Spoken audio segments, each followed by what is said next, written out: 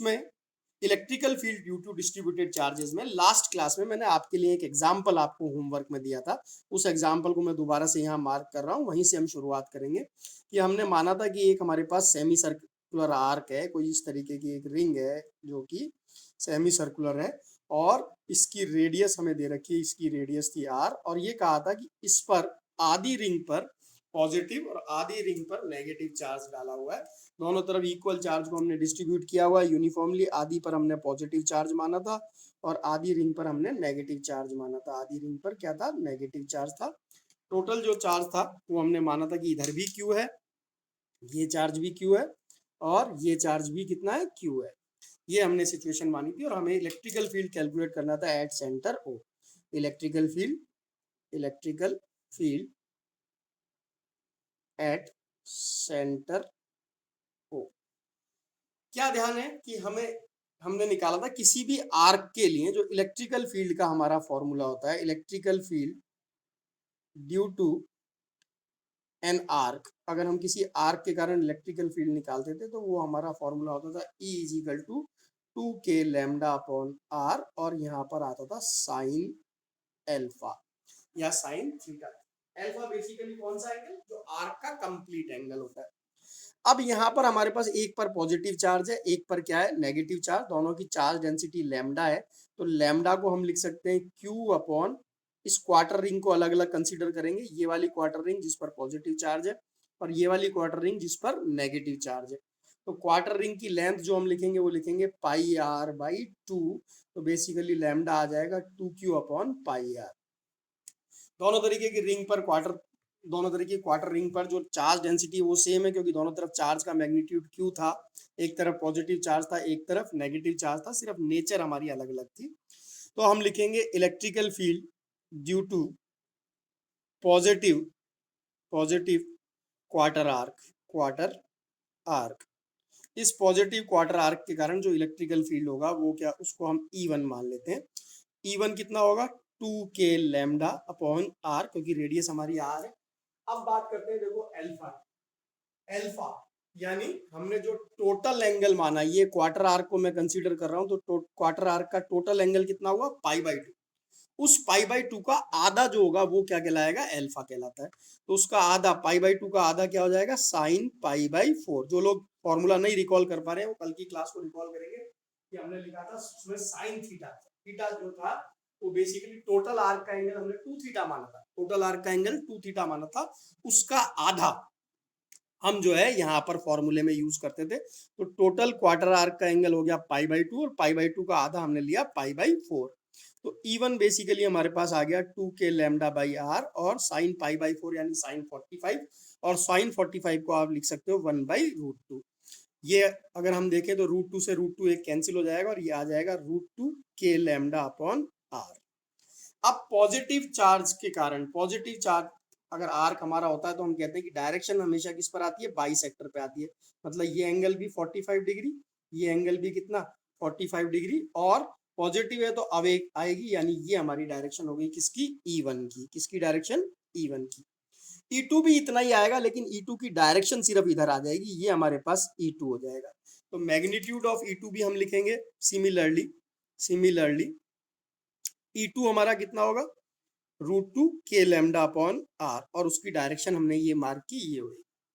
अब अगर E1 और E2 में अगर आप एंगल देखो तो E1 और E2 में एंगल कितना है? 90 डिग्री का। कितने का एंगल है? 90 डिग्री का। तो 90 डिग्री का एंगल है, तो अगर दो वेक्टर इक्वल वेक्टर, क्योंकि E1 का मैग्नीट्यूड बराबर है किसके? E2 के, and E1 vector is perpendicular to E2 vector मुझे मिला है, इसलिए नेट इलेक्ट्रिकल फील्ड मेरा क्या हो जाएगा? नेट अगर मैं निकालूंगा तो E will be equal to root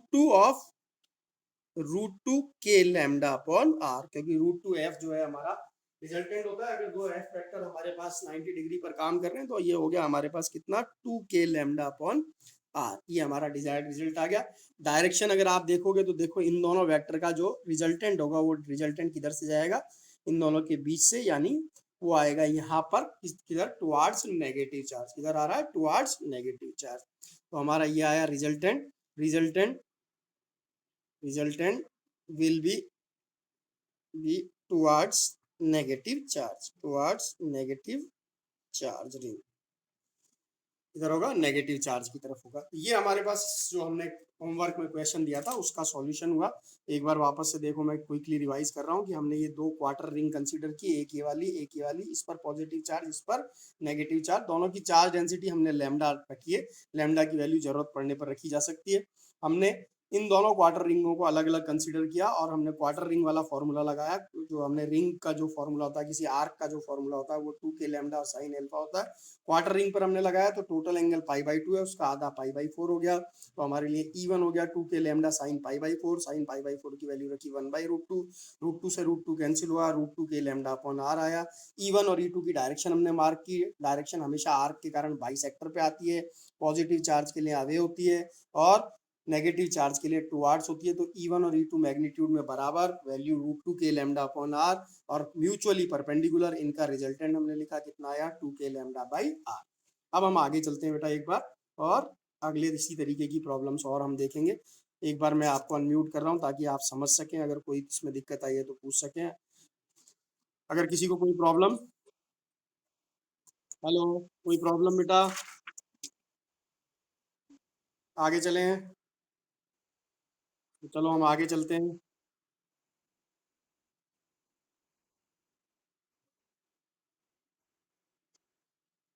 चलो नेक्स्ट हम देखते हैं, जो चार्ज डिस्ट्रीब्यूशन के कारण हम इलेक्ट्रिकल फील्ड निकालते हैं उसमें एक इंपॉर्टेंट चार्ज डिस्ट्रीब्यूशन हमारा होता है जिसको हम डाइपोल कहते हैं, इलेक्ट्रिक डाइपोल।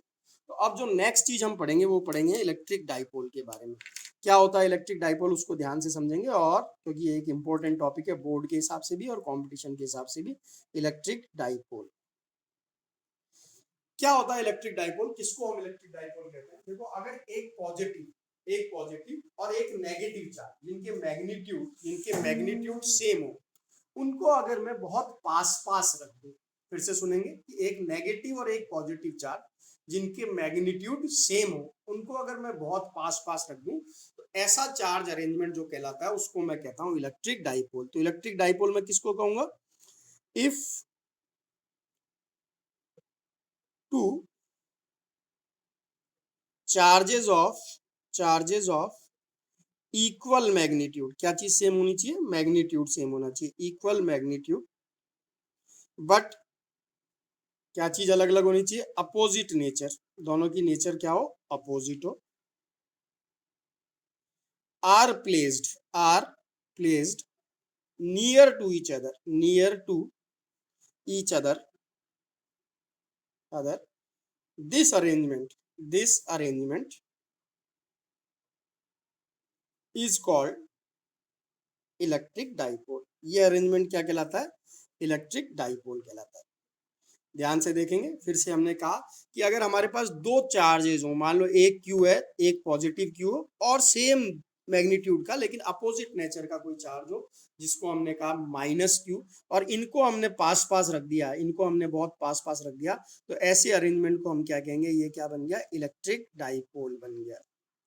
अब क्यों हम इसको इतनी इंपॉर्टेंस देते हैं इलेक्ट्रिक डाइपोल को, कहाँ इसको अलग से पढ़ने की हमें जरूरत पड़ती है, जबकि हम पॉइंट चार्जेस के कारण इलेक्ट्रिकल फील्ड ऑलरेडी जानते हैं। इसको समझेंगे तो पहले हम बात करते हैं कि इलेक्ट्रिक डाइपोल के बारे में कुछ important definitions, some important definitions about it. बड़े ध्यान से सुनेंगे कि मान लीजिए हमारे पास दो चार्जेस हैं, एक है प्लस क्यू एक है माइनस क्यू, और ये कुछ डिस्टेंस पर रखे हुए हैं। क्योंकि हम इस डिस्टेंस को बहुत कम मानते हैं और ये मानते हैं कि इनको मिलाने वाली ये एक लाइन है, तो जो इनको मिलाने वाली लाइन होती है, इस लाइन को हम कहेंगे एक्सियल लाइन। क्या कहेंगे, एक्सियल लाइन। इन दोनों चार्जेस के मिड पॉइंट को हम कहेंगे सेंटर ऑफ डाइपोल। क्या कहेंगे, सेंटर ऑफ डाइपोल। तो जो पहली डेफिनेशन हम लिख रहे हैं वो लिख रहे हैं सेंटर की। क्या है centre, basically mid point of two charges, दोनों चार्जेस का जो मिड पॉइंट है उसको हमने क्या कहा, सेंटर। क्या इंपॉर्टेंस है इसकी, it is the reference point for dipole. कि डाइपोल से जब भी हम कोई डिस्टेंस मेजर करेंगे, हमें पता है कि कोई डिस्टेंस जब हम मेजर करते हैं तो कोई हमारा ओरिजिन होता है, किसी जगह से हम डिस्टेंस को बताते हैं, तो डाइपोल के केस में जो हमारा रेफरेंस पॉइंट रहेगा वो हमारा हमेशा क्या माना जाएगा, सेंटर ऑफ द डाइपोल माना जाएगा, which is nothing but the mid point of two charges. फिर हमने दूसरी चीज बात की किसकी, एक्सियल लाइन की। एक्सियल लाइन क्या है हमारी, एक्सियल लाइन क्या है, लाइन जॉइनिंग दी टू चार्जेस, लाइन जॉइनिंग दी टू चार्जेस। ये जो लाइन इन दोनों को ज्वाइन कर रही है ये जो है एक्सियल लाइन के लिए। अब देखो हमने सारी डिस्टेंसेस को मेजर किससे किया, सेंटर से किया, तो दोनों चार्जेस की डिस्टेंस को भी हम सेंटर से ही मेजर कर लेते हैं और हम कहते हैं ये भी ए है और ये भी क्या है, ए है। तो टोटल डिस्टेंस हमारी कितनी हो गई, 2 है। तो दोनों चार्जेस के बीच की टोटल डिस्टेंस को मैं क्या मान लेता हूँ, 2 है, क्योंकि ये मिड पॉइंट है तो दोनों चार्जेस से इक्वल डिस्टेंस पर है, ये भी ए होगी ये भी होगी, टोटल डिस्टेंस को मैंने क्या मान लिया, 2 मान। अब तीसरी जो हम इंपॉर्टेंट डेफिनेशन पढ़ते हैं उसको हम कहते हैं इक्वेटोरियल लाइन। क्या होती है इक्वेटोरियल लाइन, देखो line perpendicular to the axial line and passing through the centre, ये मेरी क्या कहलाएगी, इक्वेटोरियल लाइन, ये मेरी कहलाएगी इक्वेटोरियल लाइन। क्या होगी इक्वेटोरियल लाइन, फिर से मैं डेफिनेशन में लिख रहा हूं, देखो equatorial line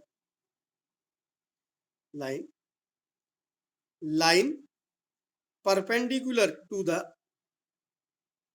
axial line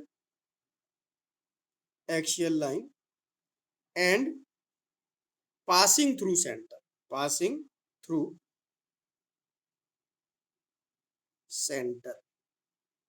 centre से जाने वाली, और जो है एक्सियल लाइन के परपेंडिकुलर मेरी ये जो लाइन है इसको मैं क्या कहूंगा, इक्वेटोरियल लाइन कहूंगा। अब जो हमारी इंपॉर्टेंट डेफिनेशन है, अगली जो इंपॉर्टेंट डेफिनेशन है वो हमें ध्यान से सुनने की जरूरत है कि हमारी अगली जो इंपॉर्टेंट डेफिनेशन है उसको हम कहते हैं that is called dipole movement. Next page पर मैं ले लेता हूं, इलेक्ट्रिक डाइपोल मूवमेंट। क्या होता है इलेक्ट्रिक डाइपोल मूवमेंट, ध्यान से सुनेंगे, इलेक्ट्रिक डाइपोल मूवमेंट कि जो हमारा इलेक्ट्रिक डाइपोल है, बच्चों देखो हमने कई बार हमें एक ऐसी क्वांटिटी की जरूरत होती है किसी चीज का इफेक्ट बनाती है, उसका कोई फिजिकल सिग्निफिकेंस नहीं होता। जैसे हम अगर देखें, हमने कहा कि अगर किसी चीज पर फोर्स लगता है तो फोर्स दो चीजों पर डिपेंड करता है कि कितना मास है और कितना वेलोसिटी। अगर कोई चीज आपसे आके टकराती है तो आप पर वो कितना फोर्स लगाएगी, आपको कितना नुकसान पहुंचाएगी, ये इस बात पर डिपेंड करेगा कि उसका मास कितना है और उसकी वेलोसिटी। अगर कोई बहुत जो है भारी चीज, बहुत ज्यादा मास की चीज बहुत कम वेलोसिटी से टकराती है तो कोई मेजर डैमेज नहीं करती। वहीं एक बुलेट जिसका मास बहुत कम है, बहुत ज्यादा वेलोसिटी से आपसे आके टकराता है तो आपको डैमेज करता है। तो मास और वेलोसिटी के प्रोडक्ट को हमने कहा था मोमेंटम। तो फोर्स बेसिकली किस पर डिपेंड कर रहा था, मोमेंटम पर। ठीक इसी तरीके से इलेक्ट्रिक डाइपोल के सारे इफेक्ट को हम एक पर्टिकुलर क्वांटिटी से मेजर करते हैं जो कि कहलाती है इलेक्ट्रिक डाइपोल मूवमेंट। और ये क्या होता है, जो चार्ज है जो कि डाइपोल को बना रहा है वो चार्ज और दोनों चार्जेस के बीच की डिस्टेंस का मल्टीप्लीकेशन।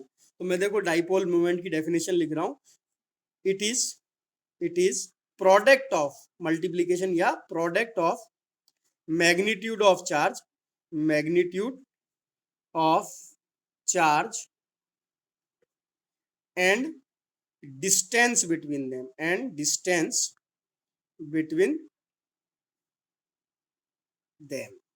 जो हमारा डाइपोल है उसमें चार्ज के मैग्नीट्यूड और उनकी डिस्टेंस के बीच का जो प्रोडक्ट होगा उसको हम क्या कहेंगे, इलेक्ट्रिक डाइपोल मूवमेंट। और साथ ही हम कहते हैं कि it is a vector quantity. कैसी क्वांटिटी बनाया हमने इसको, वेक्टर क्वांटिटी बनाया, वेक्टर क्वांटिटी whose डायरेक्शन इसकी डायरेक्शन हमने क्या रखी, इज ऑलवेज, हमेशा फिक्स कर दी हमने, always from negative charge to positive charge. इसकी डायरेक्शन हमेशा क्या होगी, नेगेटिव चार्ज से पॉजिटिव चार्ज की तरफ। तो ये हमारे पास देखो डाइपोल था, क्योंकि पिछले पन्ने पर रह गया था तो मैं दोबारा से डायग्राम बना रहा हूँ। हमने ये माना था कि ये डिस्टेंस भी ए है और ये डिस्टेंस भी हमारी ए है। तो जो डाइपोल मोमेंट है, डाइपोल मोमेंट, उसको हमने एक वेक्टर क्वांटिटी बनाया p, और वो किसके बराबर है, चार्ज का मैग्नीट्यूड, कोई से भी चार्ज का मैग्नीट्यूड, दोनों चार्जेस का मैग्नीट्यूड सेम है तो चार्ज का magnitude multiplied by distance between them. तो डिस्टेंस उनके बीच में कितनी है, 2 है। और ये वेक्टर क्वांटिटी तो हमने इन पे दोनों पर वेक्टर लगा दिया, क्यू पर तो हम वेक्टर नहीं लगा सकते तो हमने क्यू ए को वेक्टर बना दिया। और डायरेक्शन इसकी हमेशा क्या है, पी वेक्टर की अगर आप डायरेक्शन देखो तो डाइपोल मूवमेंट की डायरेक्शन हमेशा किधर होगी, इधर से इधर, नेगेटिव से पॉजिटिव की तरफ लेंगे तो डाइपोल मूवमेंट की डायरेक्शन किधर से किधर होगी, नेगेटिव टू पॉजिटिव डायरेक्शन में। तो ये हमारे पास डाइपोल मूवमेंट आ गया। थोड़ा सा इस पे फर्दर बात करते हैं कि इसकी यूनिट अगर हम बनाए तो देखो इसकी यूनिट क्या होगी, Q इंटू टू ए, यानी क्या बनेगा, कूलाम इंटू मीटर। क्या बनेगा, कूलाम इंटू मीटर। इसको सेंटीमीटर में नहीं पढ़ेंगे बेटा, सेंटीमीटर भी सीएम से लिखा जाता है, इसको भी सीएम से हम लिख रहे हैं, लेकिन ये क्या है, कूलाम अपॉन मीटर। इसमें सी हमेशा क्या होगा, कैपिटल होगा।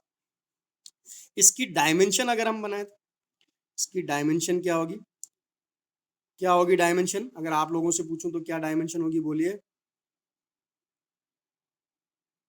बोलिए क्या डायमेंशन होगी। हेलो, हाँ बेटा, क्या डायमेंशन होगी, चार्ज की क्या डायमेंशन होती है, 80, और मीटर यानी एल, तो क्या डायमेंशन होगी, 80 एल। तो इसकी डायमेंशन क्या हो गई, 80 एल। आगे चलते हैं, इसकी डायमेंशन हमने पढ़ी, इसकी यूनिट हमने पढ़ी, कूलम मीटर इसकी यूनिट होगी, डायमेंशन इसकी 80 एल हो गई। Hello, hello,